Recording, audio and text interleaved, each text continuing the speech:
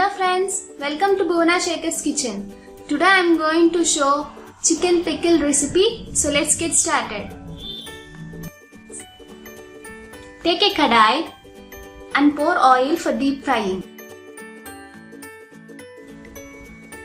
Once the oil gets heated, drop the chicken pieces slowly.